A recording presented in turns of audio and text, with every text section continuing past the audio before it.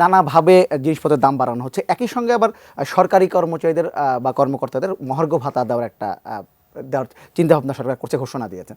এটি নিয়ে কিন্তু একটা বিতর্ক তৈরি হচ্ছে। আমি সামাজিক যোগাযোগ মাধ্যমে যদি বলি, নানা ধরনের সমালোচনা হচ্ছে। আপনি কি এখানে সমালোচনা কিছু দেখেন? দেখেন, আমি একটা কথা বলি আপনাকে, একটা সরকার যখন আসে, সেই সরকারটা আসলে কার সরকার? জনগণের সরকার, জনগণের সরকার। তাকে তো ভোট দিয়ে জনগণই আনে। আর যে সরকারটা জনগণের ভোটের তোয়াক্কা করে না, তারা কিন্তু জনগণের কাছে ভোট চায়ও না, জনগণকে কিছু দিতে হবে বলে ভাবেও না। সেই সরকারকেই আমরা সংক্ষেপে স্বৈরাচারী সরকার বলি। তাদের লক্ষ্যটা কি থাকে? তারা ভাবে আমার ক্ষমতায় টিকে থাকতে হলে জনগণ দরকার নাই, আমার দরকার হলো প্রশাসন, আমার দরকার হলো পুলিশ, আমার দরকার হলো র্যাব, আমার দরকার হলো আর্মি, আমার দরকার হলো যাদেরকে আমি বেতন দেই তাদেরকে দরকার।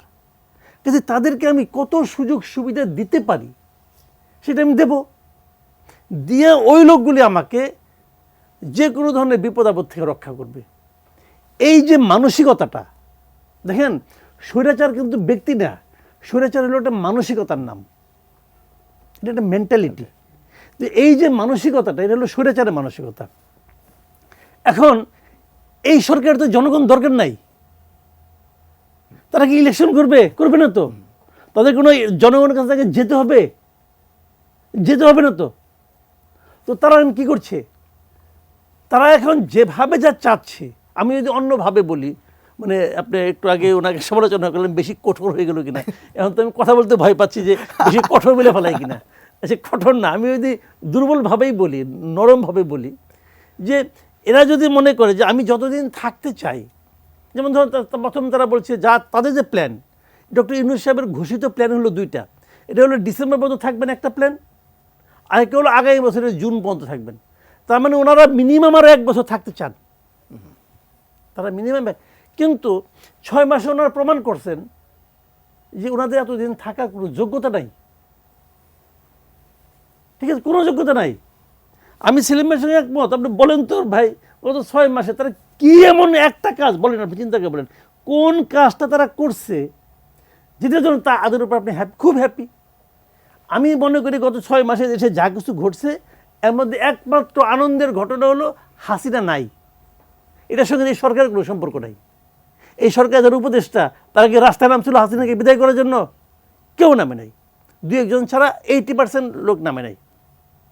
এই সরকারের 80% সুবিধাভোগী ব্যক্তি হাসিনাকে তাড়ানোর জন্য নামে নাই। একটা সচিব নামে নাই। যে কোনো সচিব চালাচ্ছে দেশ, যাদের জন্য তারা মহার্ঘ ভাতা দিচ্ছে, নাই, নামে নাই। এবং কেবল তাই না, দেখেন তারা আরও কি করতেছে।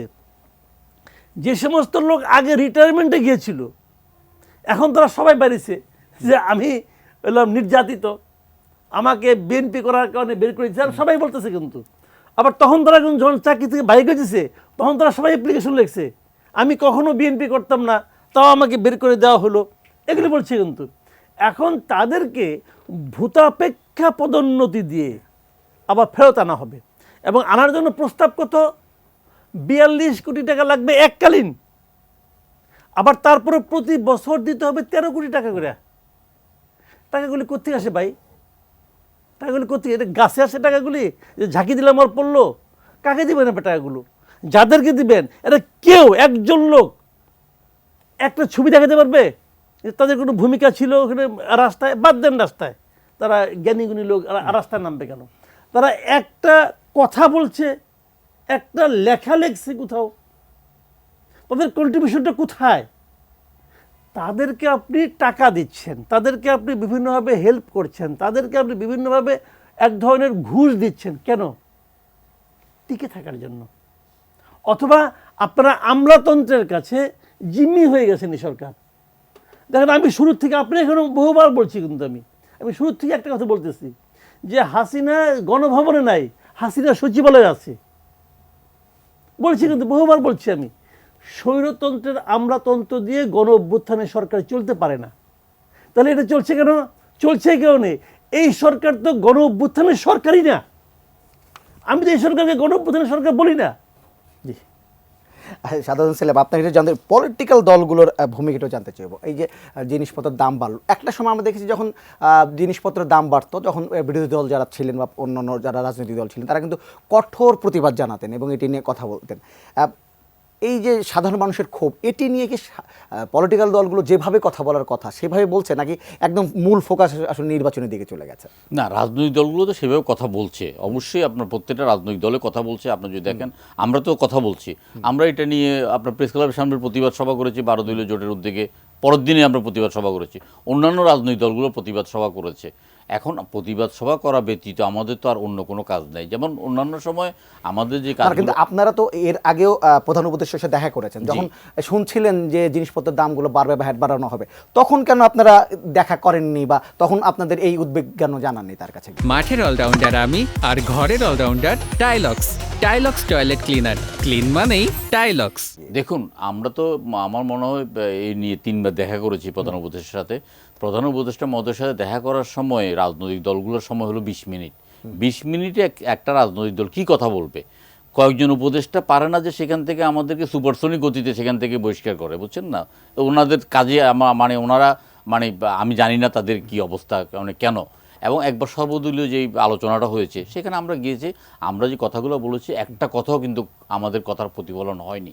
তো সুতরাং আসলে এখানে আমরা যেটা মানে যে ভ্যাট ট্যাক্সের ব্যাপার, আমি দেখেন ডক্টর ইউনূস সাহেবের প্রতি তো আমরা মনে করি যে আমাদের এবং বিশ্ববাসী দেশবাসীর অগাধ আস্থা এবং বিশ্বাস আছে। আমি আপনার একটা কথা বলি, একজন উপদেষ্টা মারা গেছেন, তার মন্ত্রণালয়টা শূন্য, এখন পর্যন্ত কিন্তু কাউকে দায়িত্ব দেওয়া হয়নি। আজকে 2 দিন ধরে মানে দেখা যাচ্ছে যে এটা কি আপনার মধ্যপ্রাচ্যের টিকিটের দাম ছিল 40 থেকে 45,000 টাকা, মানে ওমরা হজের জন্য এবং মধ্যপ্রাচ্যের টিকিটের জন্য। এই হঠাৎ 2 দিনের মধ্যে সেটা হয়ে গেলো 80 থেকে 90,000 টাকার মতো। উনি বিমানমন্ত্রী ছিল, মানে দেখার কেউ নাই। আপনি আপনি কি সংস্কার, আপনি সংস্কার করতে চান, আপনি যে সংস্কারের দৈন্যাসহ করতে পারবেন না সেটা কিন্তু আমরা বুঝে গেছি। এখন আমরা বুঝে গেছি, আমরা যেটা চাচ্ছি না আপনারা সেই লাইনে হাঁটতেছেন। আমরা চাচ্ছিলাম আপনার যে মন্ত্রণালয়, আইনমন্ত্রী আসিফ নজরুল সাহেব, ঠিক আপনার মন্ত্রণালয়ের সংস্কারটা করেন না। আপনার বিচার প্রার্থীদের যে হয়রানিটা তারিখের পর তারিখ, সেখান থেকে আপনি মানে বিচারের জটটা কমানোর চেষ্টা করেন না। এই যে আইনজীবীদের যে সীমাহীন মানে কারো মানে ফি সীমাহীন, সেখানে আপনি একটা সংস্কার করেন না। আপনি একটা সেখানে সংস্কার করেন। আপনার এখানে আপনি পিপি নিয়োগ করার ক্ষেত্রে আপনি একটা বিতর্কিত করে ফেলেছেন।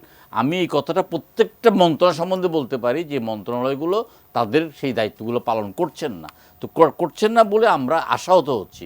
এখন এখানে যেমন আমরা কেউ দাবি করি নাই, আন্দোলনের সময় দাবি করি নাই, আবহাওয়া অঞ্চল থেকে কেউ দাবি করে নাই যে ভোটারদের বয়স 17 বছর করতে হবে।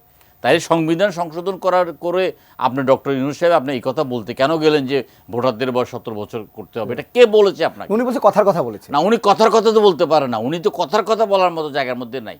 উনি কি বাংলাদেশের আইন জানেন না? উনি কি কিশোর আইন জানেন না? উনি কি জানেন না যে 18 বছরের বিয়ে হতে আরম্ভ করে আপনার আইন, আপনার সংশোধনী ইত্যাদি ব্যাপারগুলো 18 বছরের একটা ব্যাপার আছে।